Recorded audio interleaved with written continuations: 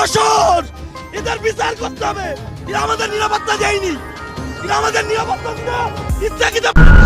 সরাসরি দেখতে পাচ্ছি আবার সার্জিস আলমের গাড়ি বহরে সরাসরি হামলা করছে দুর্বৃত্তরা। আপনারা ইতিমধ্যে সরাসরি দেখতে পাচ্ছেন কিভাবে সার্জিস আলমের গাড়ি বর্তমান অন্তর্বর্তী সরকার নাকি নির্বাচিত জনপ্রতিনিধিদের কাছে দায়িত্ব হস্তান্তর করবে না। এটা সম্পূর্ণ ভিত্তিহীন ও পরিকল্পিত অপপ্রচার।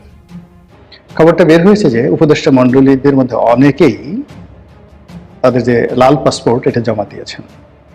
এটা আদৌ সত্য কিংবা আদৌ মিথ্যা এটা বলা যাচ্ছে না, বাট এই গুজবটা ছড়িয়ে পড়েছে। সরকারের পক্ষ থেকে পররাষ্ট্র উপদেষ্টা তিনি বলেছেন যে আমি এই পাসপোর্ট জমা দেইনি। আজকে একটা মতামত কলাম দেখছি, ভোটে না থেকেও যেভাবে ভোটে থাকবে আওয়ামী লীগ। আসলে আওয়ামী লীগ কিন্তু ভোটে আছে অন্যভাবে, এটা থাকার কথা ছিল না। তাদের টোটালি ভোট বর্জন এবং প্রতিরোধ করার কথা। আপনাদের মনে আছে কিছুদিন আগেও কিন্তু তারা বিভিন্ন জায়গায় মিছিল করছিল, ভাঙচুর করছিল, আগুন দিচ্ছিল, প্রতিরোধ গড়ে তোলার চেষ্টা করছিল। বলে আসলে কপাল খারাপ হলে যা হয় আর কি, মানে সময় খারাপ হলে সাদা কাপড় থেকে নাকি রং ওঠে, এটা আমি শুনতাম, কিন্তু এমন ঘটনা। আসসালামু আলাইকুম দর্শক শ্রোতা, আশা করছি সবাই ভালো আছেন। আলহামদুলিল্লাহ আমিও ভালো আছি। দর্শক শ্রোতা, বাংলাদেশে বর্তমান যে পর্যবেক্ষণ পরিস্থিতি চলছে নির্বাচন নিয়ে, তার সামনে নিয়ে আজকে আপনাদের সামনে অত্যন্ত কিছু গুরুত্বপূর্ণ ভিডিও ফুটেজ নিয়ে আসলাম। যে ভিডিওটি দেখলে আপনারা রীতিমতো অবাক হতে বাধ্য হয়ে যাবেন দর্শক শ্রোতা। তাই ভিডিওটি 1 সেকেন্ডও না কেটে শেষ পর্যন্ত ধৈর্য সহকারে দেখে যাবেন, তাহলে মূলত ভিডিওর আসল রহস্যগুলো বুঝতে পারবেন এবং জানতে পারবেন। তো চলেন আপনাদেরকে এক এক করে সবগুলো ভিডিও বিস্তারিত দেখাই। তার আগে আপনাদের কাছে ছোট্ট একটা রিকোয়েস্ট, যারা আমাদের এই চ্যানেলে নতুন আসছেন এখনই চ্যানেলটা সাবস্ক্রাইব করে পাশে থাকা বেল আইকনটা বাজিয়ে দিন, তাহলে আরো নতুন নতুন আপডেট ভিডিও দেখতে পারবেন। তো চলেন।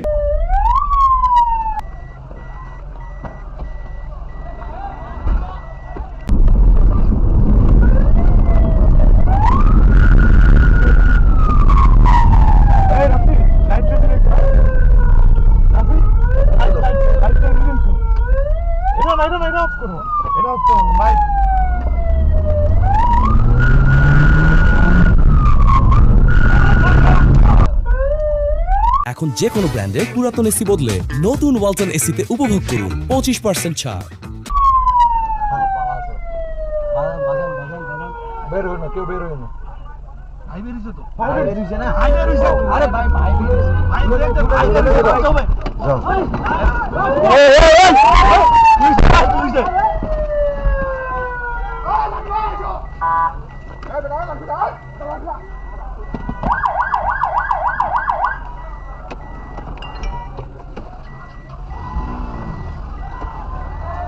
পুলিশ আইতেছে, তোরা ওরকম করতেছ ভাই।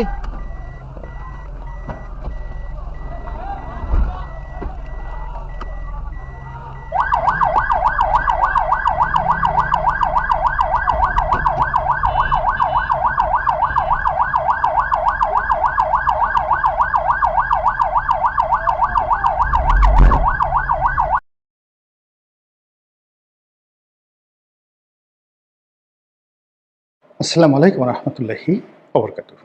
সম্মানিত দর্শক, আজকে এই ভিডিওটি যখন করছি তার থেকে 3 দিন পরে, জাস্ট 3 দিন পর নির্বাচন অনুষ্ঠিত হতে যাচ্ছে। আমি যে জায়গাতে বসবাস করছি সেখানে কোনো মিছিল নেই, মিটিং নেই। মিছিল মিটিং দেখার জন্য, নির্বাচনের আমেজ বোঝার জন্যে আমাকে ফেসবুকে যেতে হয়। মূলধারা যে গণমাধ্যম, সেই গণমাধ্যমের খবরাখবরও ঠিক ওই রকম নির্বাচন নিয়ে বিভিন্ন সময়টিতে। এমনকি বিএনপির জামানাতে যে 15 ফেব্রুয়ারি নির্বাচন হয়েছিল, একতরফা নির্বাচন হয়েছিল, অথবা ওই যে মাগুরা নির্বাচন হয়েছিল, কিংবা মোসাদ্দেক আলী ফালুকে জিতিয়ে আনার জন্য যে একটি নির্বাচন খেলা হয়েছিল তেজগাঁতে, ওই নির্বাচনের যে আমেজ ছিল বা ওটা নিয়ে যে বিতর্ক হতো, ঠিক সেরকম বিতর্ক কিন্তু এবারের নির্বাচনে দেখা যাচ্ছে না। এবারের নির্বাচনে 4-5টি সিট, 4-5টি হবে না। ওখানে নুরুল হক নুরু, এখানে রুমিন ফারহানা, এই তো এই দুটো সিট নিয়েই বিভিন্ন রকম কথাবার্তা আমরা শুনতে পাচ্ছি। আর বাকি যা কিছু হচ্ছে সবই একতরফা। বিএনপির যারা নেতা রয়েছেন তারা বলতে গেলে প্রায় সব সিটে নাকের তেল দিয়ে ঘুমাচ্ছেন। জামাতের যারা নেতৃবৃন্দ রয়েছেন তাদের দুজনের দুটো কর্ম দেখলাম। একটি কর্ম হলো তারেক রহমান সাহেবের প্রতিদ্বন্দ্বী যিনি দাঁড়িয়েছেন তিনি ক্যান্টনমেন্টে একটি ঘটনা ঘটিয়েছেন, এটি আসছে। আর জামাতের একজন নেতা, সেই বিতর্কিত নেতা জনাব শাহজাহান, তিনি সেই মাঠে প্রচার করতে গেছেন, তার সঙ্গে 4-5 জন লোক, কৃষকরা বসে বসে খাচ্ছিলেন। তিনি তাদেরকে বললেন যে তোমরা যে খাচ্ছ ওখান থেকে আমাকে 1 লোকমা খাওয়াই দাও। মানে অতিরিক্ত মার্কেটিং। এই তো অন্যান্য সময় যেটা হয়, সভা, জনসভা, মিছিল, মিটিং, মানে এটাতে পুরো ঢাকা শহর থেকে শুরু করে সব জায়গাতে তছনছ হয়ে যায়। এখানে ছোট ছোট প্রার্থীরা আছে যারা নতুন আসছেন, তারা চেষ্টা করছেন, যেমন তাসনিম যারা চেষ্টা করছেন, একা একা ঘুরছেন। আবার তার এই নির্বাচনটি মূলত ফেসবুক কেন্দ্রিক। তিনি ফেসবুকে বলে যাচ্ছেন যে এখানে যাচ্ছি, ওখানে যাচ্ছি। আর বিভিন্ন লোকজন, আমাদের দেশে যা হয়, মানুষের খুব আগ্রহ থাকে। জামিউর রহমান যাচ্ছে রিকশায় করে, একজন রিকশাওয়ালাকে সে একটা কাগজ দিল, রিকশাওয়ালা দৌড়ে এসে কান্না শুরু করে দিল। কেন সে কাঁদলো সে নিজেও জানে না। আবার যার উদ্দেশ্যে কান্না করা হলো, জামিউর রহমান, তিনিও খুব আশ্চর্য হয়ে গেলেন যে কান্নার কি হলো এখানে। এই হলো আমাদের বাঙালির আবেগ। তো এই সকল পরিবেশ এবং পরিস্থিতির মধ্যে নির্বাচনের যে মাত্র 3 দিন আছে, তো সেক্ষেত্রে কি হবে, নির্বাচনের ফলাফল কি হবে, নির্বাচন কোন দিকে যাবে, ভবিষ্যৎ কি হবে, এগুলো নিয়ে যেভাবে আলোচনা হচ্ছে, তার চাইতে একটা আলোচনা ভীষণ রকমভাবে মানুষকে উৎসাহিত করছে যারা বর্তমান সরকারকে পছন্দ করে না। খবরটা বের হয়েছে যে উপদেষ্টা মণ্ডলীদের মধ্যে অনেকেই তাদের যে লাল পাসপোর্ট এটা জমা দিয়েছেন। এটা আদৌ সত্য কিংবা আদৌ মিথ্যা এটা বলা যাচ্ছে না, বাট এই গুজবটা ছড়িয়ে পড়েছে। সরকারের পক্ষ থেকে পররাষ্ট্র উপদেষ্টা তিনি বলেছেন যে আমি এই পাসপোর্ট জমা দেইনি, তবে যতদিন পর্যন্ত দায়িত্ব আছে এই দায়িত্ব মধ্যে কূটনৈতিক পাসপোর্ট জমা দেওয়া লক্ষণ তো ভালো নয়। হোয়াট ডাজ ইট মিন, এটার অর্থ কী? পররাষ্ট্র উপদেষ্টা মিস্টার তৌহিদ এই জমানাতে যে কয়জন, গত 17 মাসে যে কয়জন লোক মোটামুটি কম বিতর্ক করেছেন, সরকারের কোনো কর্মকাণ্ড বা ঝামেলার মধ্যে তেমন এরা জড়াননি, নিজের স্বাতন্ত্র্যতা বজায় রাখার চেষ্টা করেছেন, তাদের মধ্যে জনাব তৌহিদ অন্যতম।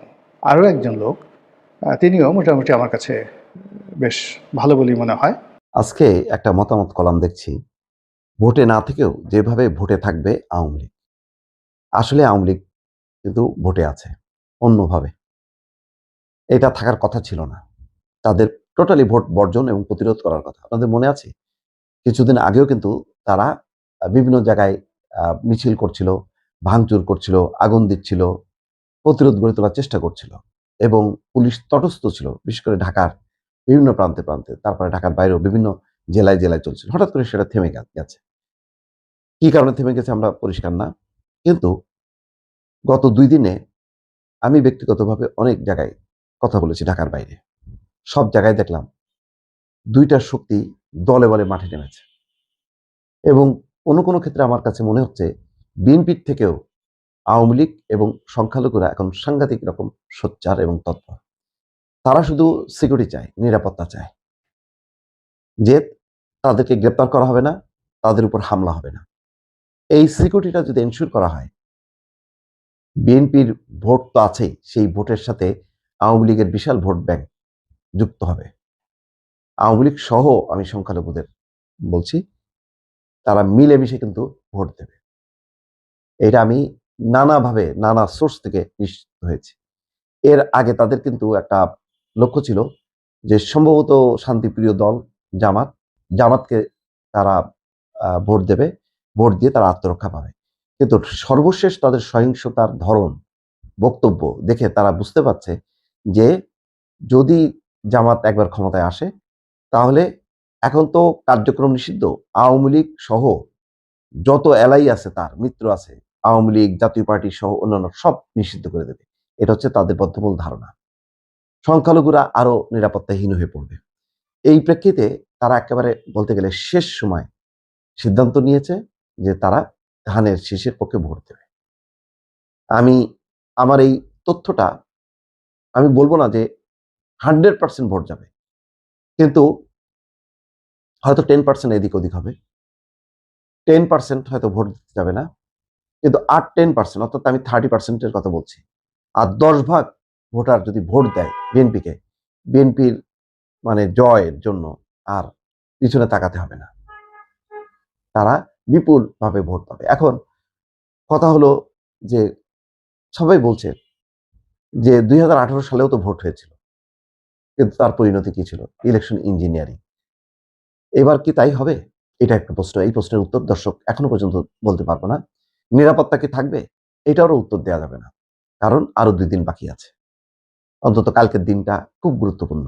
মানে আগামী 48 ঘন্টা যদি পরিবেশ বর্তমানের মতন স্থিতি থাকে, তাহলে কিন্তু পরিস্থিতি ঘুরে যাবে। বিএনপি প্রথম দিকে যেভাবে পিছায় ছিল, তাতে শেষের দিকে এসে তাদের একটা জোয়ার দেখা যাচ্ছে। আর জামাতের জোয়ার ছিল আগে, কিন্তু শেষের দিকে এসে কেন জানি তারা খেই হারিয়ে ফেলল এবং অনেকগুলো ঘটনা তারা ঘটায় তারা বিতর্কিত হলো। ওই যে টাকা বিতরণ, নারী ইস্যু নিয়ে কথাবার্তা বলা, তারপরে বিএনপি সরকারের থেকেও বলছে যে না, আমরা দুর্নীতিবাজ না, এই দায় দায়িত্ব আমাদের না, এই সমস্ত কথাবার্তা মানুষ ভালোভাবে নেয়। সব মিলায় মনে হচ্ছে যেন জামাত খেয়ে হারায় ফেললো, আর শেষের দিকে এসে বিএনপি একটা জোয়ার তুলবে এবং তাই সেই শক্তির সাথে আওয়ামী লীগ, প্রগতিশীল শক্তি, সংখ্যালঘু সবারই একটা মানসিক সাপোর্ট, এবং তারা ফিজিক্যালিও সামনে চলে আসলো। দর্শক, মানে একেই বলে আসলে কপাল খারাপ হলে যা হয় আর কি, মানে সময় খারাপ হলে সাদা কাপড় থেকে নাকি রং ওঠে, এটা আমি শুনতাম, কিন্তু এমন ঘটনা ঘটবে তাও বিএনপির মাধ্যমে, তাও একসময় বিএনপির প্রথিতযশা নেতা, সাবেক মন্ত্রী, এমপি, ইভেন এলিট ক্লাসের বড়লোক শ্রেণীর মানুষ মঞ্জুরুল আহসান মুন্সি অনেক চেষ্টা করছে বেচারা, high court, appeal court, supreme court সবকিছু দৌড়াইছেন, দৌড়ানোর পরেও মনোনয়নটা তিনি ফিরে পাননি। এমনকি বিভিন্ন ধরনের বক্তব্য দিয়েছিলেন হাসনাত আব্দুল্লাহর বিরুদ্ধে। কিন্তু দেখেন, সময় খারাপ হলে কি হয়, মনোনয়ন তো পাইলেনই না। এখন যে দলটা তার মানে অস্তিত্ব ছিল, বা যে দলটা নিয়ে তিনি গর্ব করতেন, বা যে দলের জন্য তিনি কাজ করেছেন বলে বিভিন্ন সময় দাবি করতেন, সেই দলটি আজকে তাকে বহিষ্কার করে দিয়েছে। আসলে কেন? মঞ্জুরুল আহসান মুন্সি এমন কি কর্মকাণ্ড করলেন যেটার জন্য তাকে বহিষ্কার করলো? এখন যতটুকু তথ্যসূত্র আমরা বিএনপির অফিসিয়াল তথ্য থেকে পাচ্ছি, সেটা হচ্ছে দলীয় নীতি, আদর্শ এবং সংগঠন পরিপন্থী বক্তব্য ও কার্যকলাপের জন্য বিএনপির জাতীয় নির্বাহী কমিটির সদস্য ইঞ্জিনিয়ার মঞ্জুরুল আহসান মুন্সি, ওনাকে বিএনপির প্রাথমিক সদস্য পদ সহ দলীয় সকল পর্যায়ের পদ থেকে বহিষ্কার করা হয়েছে। আমসালা যা আছে সবই হারাইছেন। এখন যারা ইতিমধ্যেই মঞ্জুরুল আহসান মুন্সি তিনি এমপি না হলেও লোকাল ভাবে বিএনপি যদি ক্ষমতা যায় প্রভাব বিস্তার করবেন বলে ভাবছিলেন, তাদের জন্য আসলে এই মুহূর্তে যথেষ্ট সমবেদনামূলক একটা সিচুয়েশন তৈরি হয়ে গেল। রাতে বিএনপির সিনিয়র যুগ্ম মহাসচিব রুহুল কবির রিজভী তিনি এক প্রেস বিজ্ঞপ্তিতে এই তথ্য জানাচ্ছেন। এখন সমস্যা কোথায় দেখেন, তিনি আসলে কি করছেন, মানে হিসাবে না বললে এদেশে দলও নিজের না। আপনারা জানেন যে এই দেবিদ্বার আসনে ট্রাক মার্কার পক্ষে বিএনপি কিন্তু তাদের অবস্থান নিয়েছে, যেন হাসনাত আব্দুল্লাহর বিরুদ্ধে ন্যূনতম ভাবে যিনি ট্রাক মার্কা নিয়ে প্রার্থী আছেন তিনি যেন পাশ করেন।